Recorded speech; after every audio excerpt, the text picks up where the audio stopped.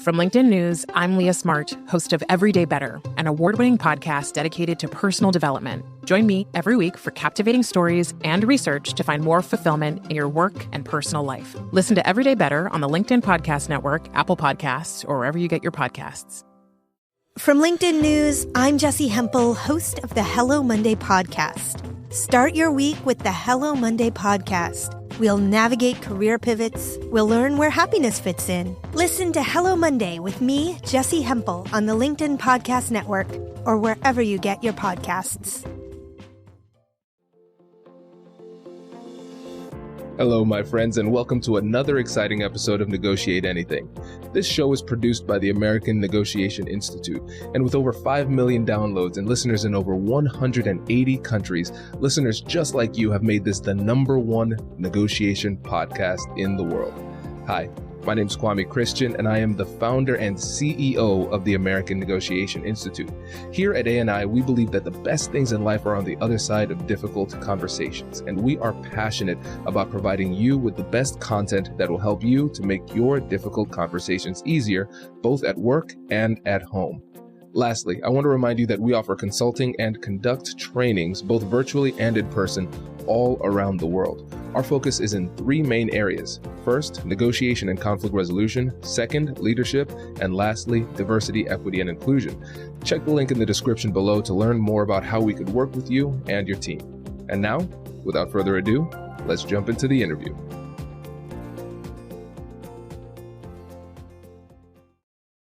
Cameo and Daphne, welcome to the show. Thank you so much, Kwame, for having us. Yeah, thanks. It's my pleasure. So how about we get started with some brief introductions? Cameo, you can go first. Yeah, absolutely. My name is Cameo Roberson, and I am co-founder and co-chair of the National Association of Personal Financial Advisors, NAPFA, Diversity and Inclusion Initiative. I'm also an advisor consultant and financial coach of Atlas Park Consulting and Finance, where I really work with both advisors and clients in a way that positively impacts their lives. So as an advisor and a coach based in the San Francisco Bay Area, I help Gen XY women and small business owners better manage their money in smart ways, creating a stronger financial foundation. Additionally, as an operations consultant, I really help advisors with tangible ways to support their value proposition, helping them build systems, develop processes, and workflows that really support an extraordinary client experience. Perfect. Thank you for joining us. And Daphne, what about you? Tell us about yourself. Sure. I'm Daphne Jordan. I'm a certified financial planner, and I'm also the only wealth advisor at Pioneer Wealth Management out of the beautiful city of Austin, Texas. In my career, I enjoy helping folks reach and maintain their financial goals from a holistic standpoint. So similarly to Google Maps, I assist in helping folks see potential pitfalls and clear pathways to map out their financial life. Perfect. Thank you both for coming. So let's start with question number 1. Yeah. So this first question is kind of like a base type of question to serve as a foundation for the rest of our discussion today. I read an article that basically says that research shows relationships formed in neighborhoods and schools, along with the interactions and experiences that come from them, influence our hidden biases. So they can start forming in children as young as 6 years old. And it gets reinforced in adulthood in social media settings and mass media. What do you think about that, Kwame? I'm surprised it's not earlier than that, honestly. Well, in the webinar, I told the story of how I was working with a consultant who was helping me with my fashion because I needed some help for the TED Talk. And he said, hey, you know what? You would look great in lighter colors, like some pastels, something like a pink. I said, yeah, that's good. A lavender? Yep, sounds great. And a light yellow. And I just had a visceral response against that. I was like, no.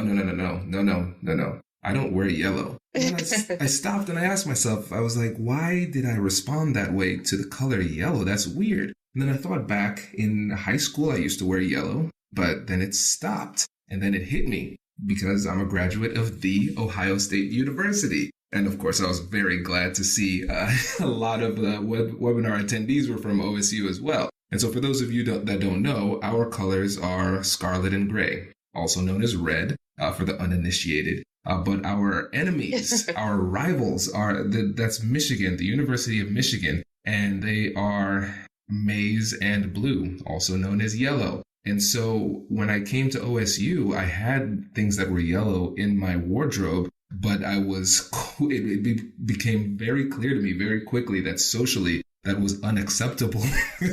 So at this point, it just became unconscious because I completely forgot about it. But if you look at my wardrobe, there's no yellow. And so it's little things like that can really have a significant impact. I think about my son, too. He's 3 years old. When he was first learning to walk, he was walking around my brother's dog. And I was just afraid that the dog was going to knock him over all the time. So I kept on keeping Kai away from the dog, even though Kai wanted to go play with the dog. But then I noticed that after a few days of being around the dog, he started to show signs of fear toward the dog. And that came as a direct result of me. At the beginning, it was curiosity and he enjoyed playing with the dog. But after seeing my fearful response, he learned to adopt that view, that perception into his mindset. And you can see how all of these things, in most cases, they're very well-meaning, kind of innocuous types of interactions that led to these biases. But you can tell when it comes to the media and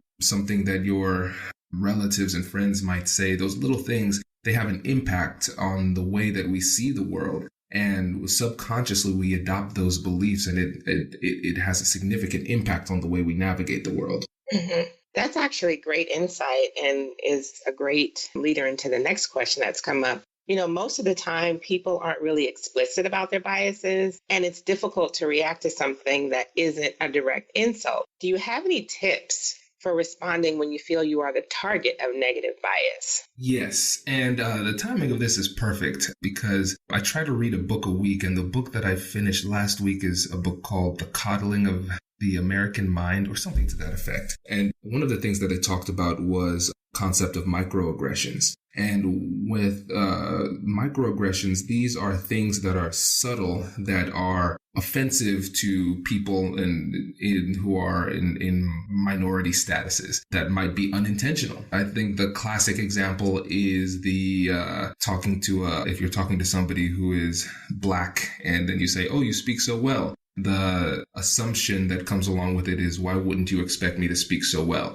But here's the thing about that. We really don't know what's happening under the surface. And the reason we categorize that as a microaggression is because we are assuming that what was stated came as a result of bias. But in reality, we don't know 100%, right? And so what I suggest is, if you feel like you're the target of something that is biased, what I would suggest for your own benefit is to assume the best of intentions. Because really, there's no way to do a forensic psychological analysis to truly see for sure whether it is what was said or done did come as a result of bias. And so one thing that I started to do is give people the benefit of the doubt. And this doesn't just apply to situations of microaggressions or when you feel as though you've been the target of bias with regard to what people said or did. I included this in the book for conflict management in general, because it puts you in a better psychological state. So if I feel as though somebody did something to me that was a personal slight because of race or something else, then I feel worse about the bad thing that happened. The bad thing was already bad. And then because I take it personally, I make it even worse. So the first thing I would suggest, just to make sure that you put yourself in the best mindset for success, is to assume the best of intentions with all of these situations. And then what I would say is then ask for some clarity. So for instance, if it's one of those situations where it doesn't really have a significant impact on me, like a compliment that could be taken the wrong way. Again, going back to you speak so well. I'll just roll with that. I'll accept it. I understand that was, I don't know where that came from, but I appreciate the compliment, and then I'm just going to keep it moving. But if it's something more significant that has an impact on my career in some kind of way, or my reputation in some kind of way, what I would do is I would simply ask for clarification. Because when it comes to negotiation and conflict, it's an information game. There's a lot of information that we don't have in this situation. And so what I would do is start the conversation, explain the situation, and and then give them the opportunity to help me to understand what happened. And that's the exact formulation of the question that I would ask. I would just say, hey, Cameo, yesterday XYZ happened, and we've been working together for a long time, and I really respect you. And so I just was wondering if you could help me to understand where that came from. And so that doesn't sound aggressive, right? And it just starts the conversation from there. And a lot of times we start too aggressively, and then we invite a defensive response, and then the conversation goes astray from there. So I think that's going to be your greatest tool, and a simple tool, just giving people the benefit of the doubt in these situations. Does your company invest in professional development training? If you believe that your team would benefit from a negotiation workshop, all you need to do is go to our website, fill out the workshop request form, and then we'll set up a time to chat. These workshops are completely customizable, and we've done them all around the country. Negotiation and conflict resolution skills are beneficial across all professions, but they're especially useful in procurement, purchasing, sales, sourcing, and contract management. Our calendar is filling up quickly, and we even have some workshops scheduled for next year. If you think you might want one, I'd suggest reaching out soon so you don't miss out. Check out the link in the description to learn more, and we will be right back after this.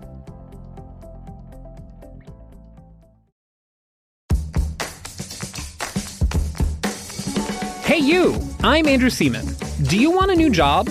Or do you want to move forward in your career? Well, you should listen to my weekly show called Get Hired with Andrew Seaman.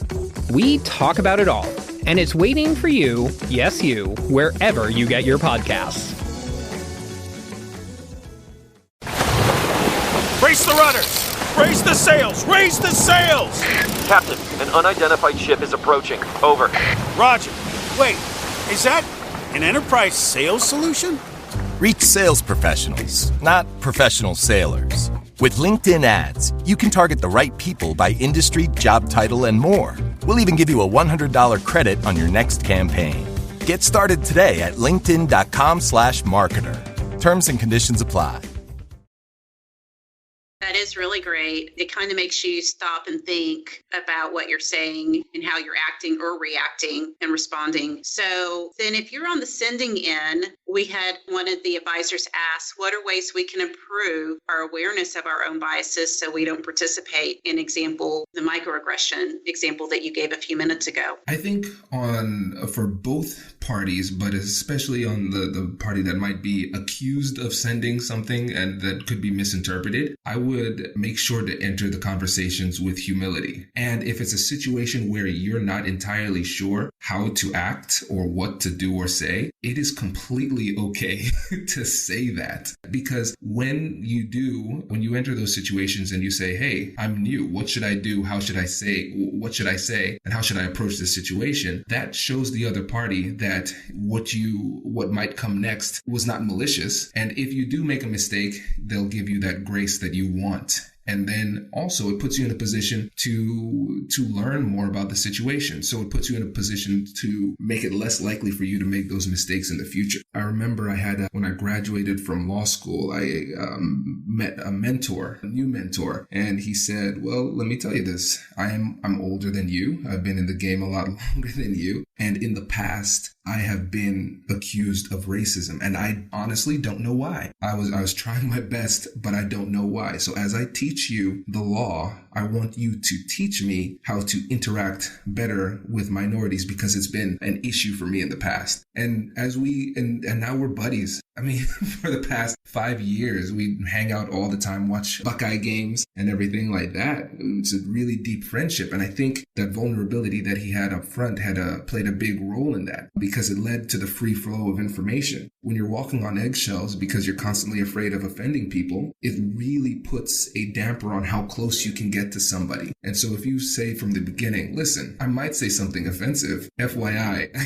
I didn't mean it. But if I do, can you tell me? That's a great way to start a friendship, because when those faux pas happen, and with me and my mentor, they definitely did, then you can address the situation and everybody can get on the same page quickly without that ambiguity that can sometimes cloud a relationship and make it difficult for true connection. That's great. Sounds like, finding common ground and better understanding where the individual is coming from will help mitigate the situation so that things work out in a more positive fashion. Now, we know that sometimes there's a fine line between someone exhibiting bias and really someone trying to bait you or trying to create a debate. How can you know the difference? Are there any clues? And when you say create a debate, do you mean that in a malicious way in order to entice you to make a mistake? So this is someone who is maliciously trying to bait you into a situation and creating a debate. And so knowing that there's a fine line between someone exhibiting bias and someone being malicious, how can you really know the difference? And are there any clues? Yeah, first of all, I don't think you can know the difference. And second of all,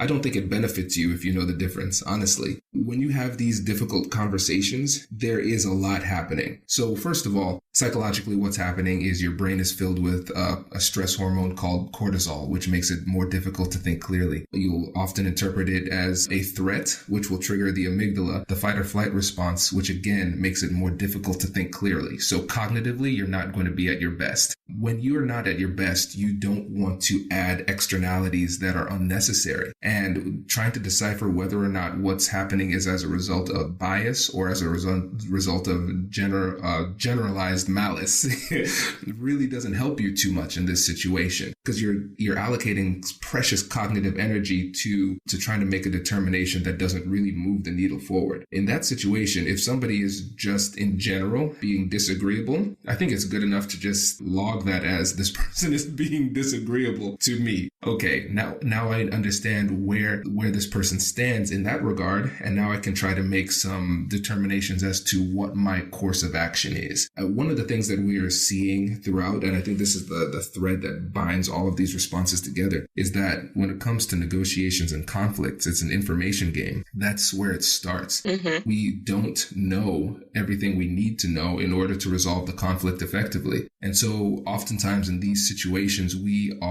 feel the need to respond by making statements that end in periods or exclamation points, when in reality, especially at the beginning of the conversation, we need more information. We should be focusing on question marks. And so at the beginning of any type of interaction, especially when there are signals of hostility, go back to that compassionate curiosity framework that I talk about in the TED Talk and the book, where you first acknowledge emotions, then get curious with compassion, and then engage in joint problem solving and use that as your foundation. And when it comes to the compassion part, that's just a trick that you use, a mental trick to slow you down and ask questions in a way that doesn't trigger an aggressive response. Because if you imagine somebody who you think is compassionate, and then you ask yourself, how would this person ask an open-ended question in this situation? Most likely, you're not going to sound like a dick. And we've all had those situations where somebody says you're yelling, but you're not yelling. What they really mean is that your tone is off, and that can really derail a conversation. So gather information, slow down, and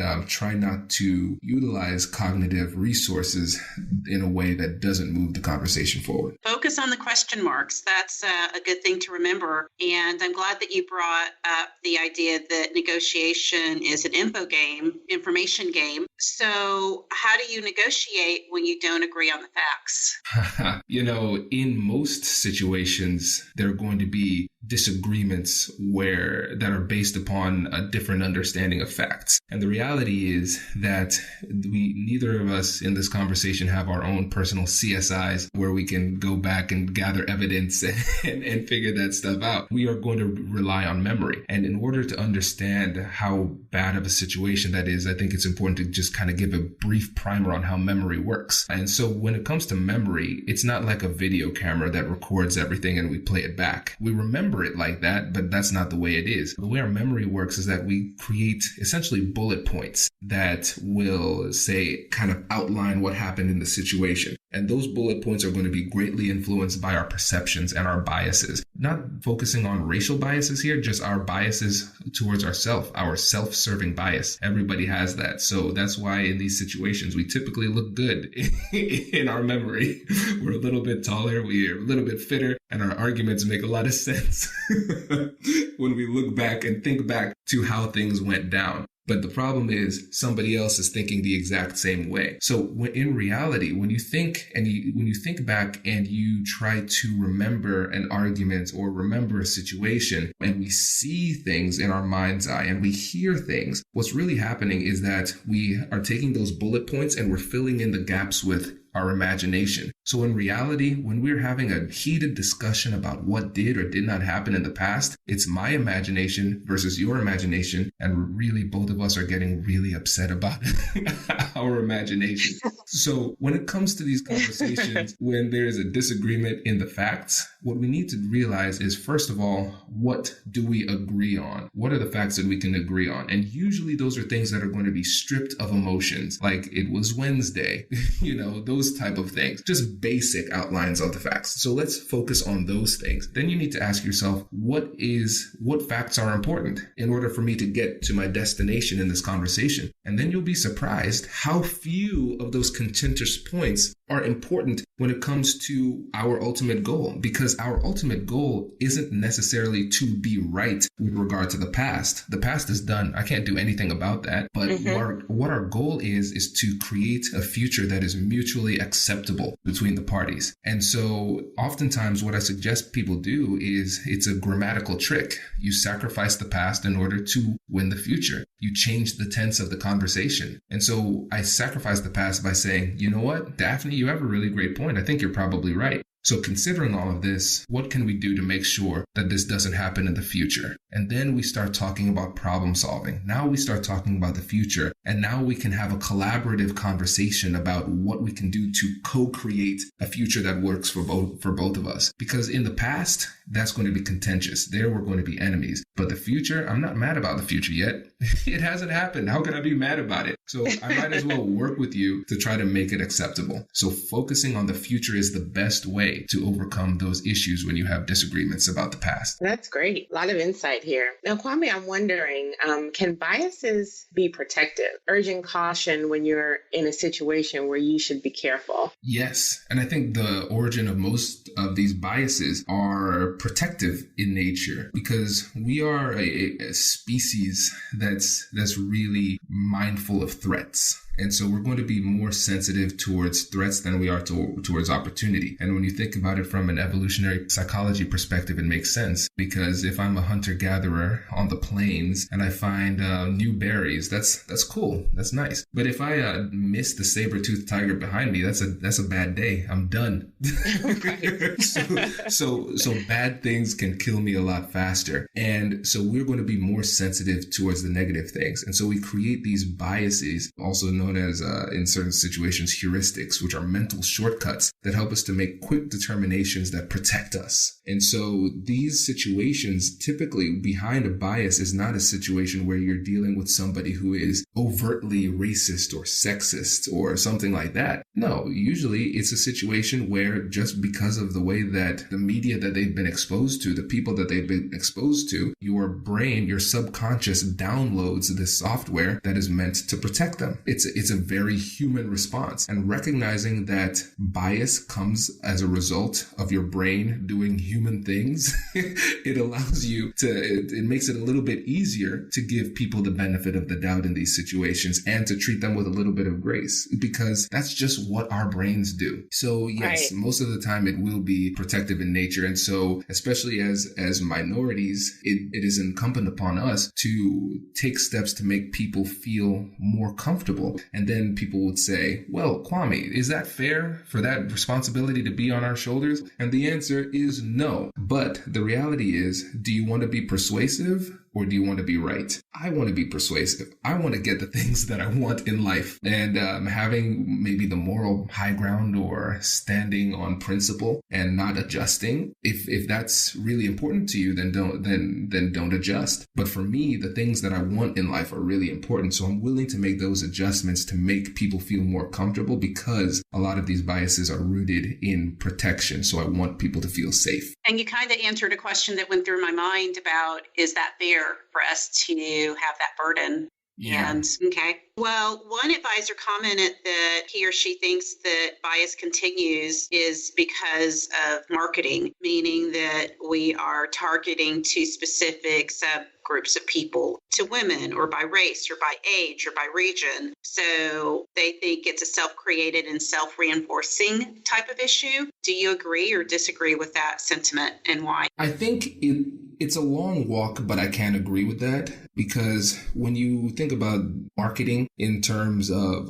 whether it's products or whatnot, you want to reach out to people's base instincts, the things that are going to be the most motivating to them. And so the tribal instinct is something that's very close to people. The in-group, out-group type of bias is going to be very close to people. That's real. And so that can cause people to further self-segregate. And so if a product is bringing people down in one direction, that might be a direction that is further away from people who are different. So yes, that isolation can lead to perpetuating biases. But when it comes to things like marketing, and I'll lump in social media is maybe one of the worst things to happen to the human brain in history.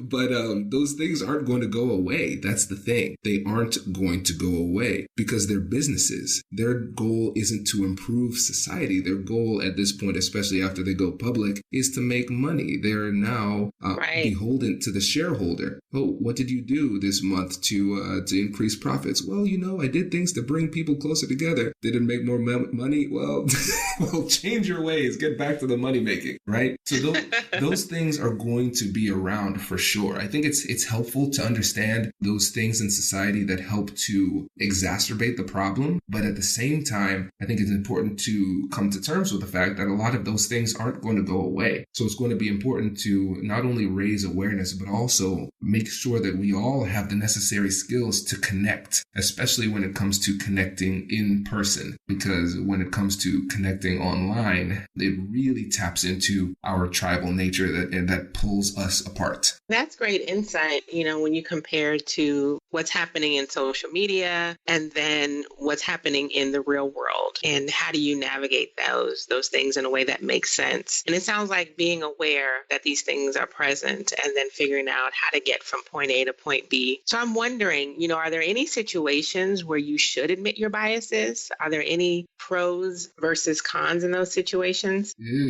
That's a tough one. Yeah. That's a tough one, because with me and my mentor, that was one-on-one. We were creating a deep personal relationship. But if you are in the business, in the business world, and you're in front of multiple people, there are people that are really sensitive, and you might not be able to recover from that. Well, is Jim a racist? Well, he said he was a racist. How do you come back? And so I think it's really tough. So I think you need to recognize different strategies will apply to different people in different circumstances. So that's a conversation you can have with people one-on-one, where you say, listen, I'm just trying to learn more about these situations. I haven't had much exposure. And if there's ever a situation where I say something inappropriate, please let me know. And I want you to know that it's not intentional. But I think that's a good way to go about those kind of those difficult situations without saying, hey, self-identifying as somebody who has a bias, which might come off as difficult. And at the same time, not putting pressure on somebody else to kind of be the de facto ambassador for a certain group. But when it comes to group dynamics in front of multiple people, that would be too risky, I would say. I think that would be too risky. And I would just try to make sure that you make it clear that you're there to listen, you're there to learn. But strategically, I don't think it would be worth the risk to say something that could be that potentially explosive in a group environment. Right. So it sounds like doing this one-on-one and being very sensitive to what you need to share and kind of calling out the elephant in the room, but doing it in a way where you're seeking understanding. Exactly. And this is something I tell people to do in difficult conversations in general. So if I'm feeling emotional, or if I'm feeling hungry and I'm edgy, I'll let people know at the beginning of the conversation, and I'll tell people why. And sometimes the reason why has nothing to do with them, but I don't want them to think it does. And so because that emotional leakage comes out. So that's good to do in general, not just in these situations. Yeah, so I guess this all boils down is to having skills to connect. That's what all of this is about. And so you've hit on some of these skills organically during our conversation. Are there other strategies that we should keep in mind? I think it would be best not to overcomplicate it, because I think it's really easy to overcomplicate it. I've done, before I opened my firm and practiced law and served as a mediator and now as the director of the American Negotiation Institute, before all that, I did some health policy work with Ohio State. And part of that included the psychological aspects when it comes to health and implicit bias. That led me to do some implicit bias trainings with police officers and other organizations, and it's a really tough issue. And when you dig deeply into the research and the science, it can become very, very overwhelming. And you honestly, if you look hard enough, you can find bias everywhere. Everybody is biased in some way. Everybody's biased. And I think it's good to just have a simple awareness that bias exists, and bias exists in everyone. And just know that.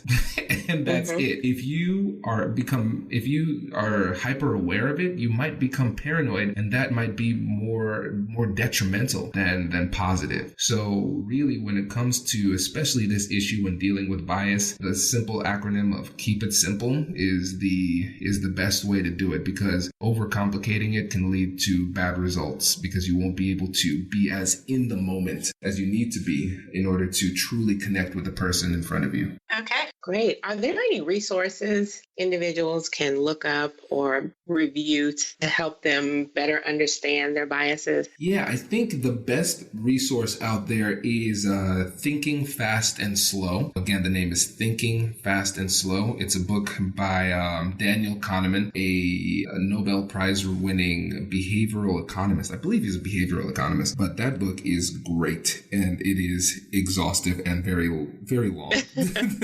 Very long. If you read the first 10% of that book, you're good. That's really all you need. But that is the best synopsis of that. And even better if you're like, well, Kwame, you just recommended a 600-page book. That's not going to happen. Maybe you could just look up a lecture or something that he has done based on the book Thinking Fast and Slow. But I think that is the number one resource that you can go to when it comes to implicit bias. Has he done a TED Talk or anything like that? I am not sure. Okay. I'm not sure. Yeah, I can't speak on that. I don't know. I'm sure a lot of people have cited him in their TED Talks. Right. This has been a phenomenal conversation.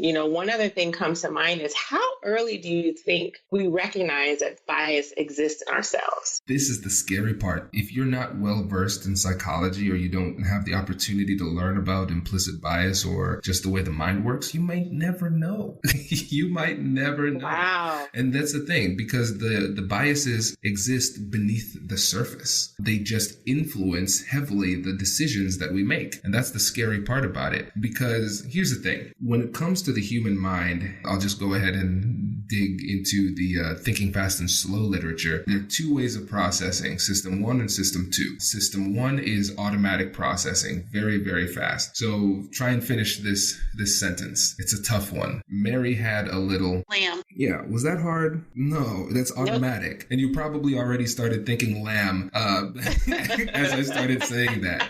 And so that's a nursery rhyme that's so ingrained deeply within our psyche that you didn't need to think deeply about it. It just happened automatically, snap of a finger. That's where bias lives. But System 2 processing is slower processing. That's where you need to actually think about something in order to answer it appropriately or interpret the situation appropriately. That's going to be where you can actually work through biases. But the thing is that most people make decisions with their emotions, and then they subsequently justify the decisions that they make with their logic. So System 1 makes the decision, and then it's System 2's job to interpret it. So think about a sloppy politician. So a sloppy politician who has all of these faux pas, and then the politician has a public relation specialist who comes in at the end and explains it away. That's how your brain works. So your System 1 is really the one making the majority of decisions, but then we think that it's logical because if asked to defend the decision we make, our brains can come up with a rational sounding explanation. So that's how you can live your life without knowing whether or not you have a bias, because your brain will always come up with an answer that sounds good to you. That's interesting and kind of scary. Yes. Right. Yes. Most things in psychology are. So, Kwame, it sounds like knowing is half the battle when it comes to the biases that we have within ourselves. And those are some great tips for us to think about as, we move forward and figure out how we can be more effective in conversations with individuals. Thank you. Yeah, knowing is half the battle. And really, in these situations, you have to fight yourself because a lot of times your quick automatic answer or your quick automatic perception is wrong. And so you recognize that feeling, come to the conclusion, and then immediately question your conclusion to see where it potentially came from and if you can justify it. If you can justify it, roll with it. If you can't, then it was probably a bias, some sort of bias that led you to that quick conclusion. But yeah, awareness is a critical element of it. Well, perfect. It was great having you both on the show. But before you go, can you tell the audience of how they can get in touch with you and some resources you have? Yeah, absolutely. Kwame, thank you so much for having us on your podcast today. This has been phenomenal. For those of you who are interested, you can follow me on Facebook, Twitter, and Instagram, and it's at Atlas Park Co. And my website is the same, atlasparkco.com.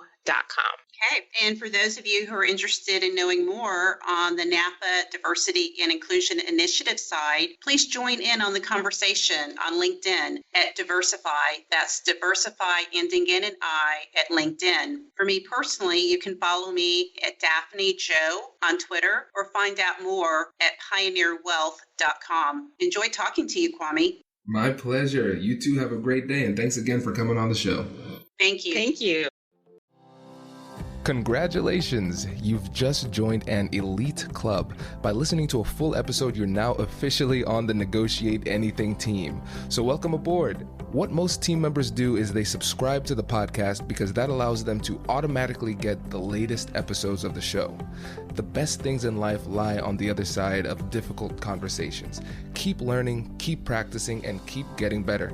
Your relationships will improve, your career will soar, and you'll have the confidence you need to get the most out of these crucial conversations. Again, thank you for joining the team. We're excited to have you, and I will see you in the next episode. I'll catch you later.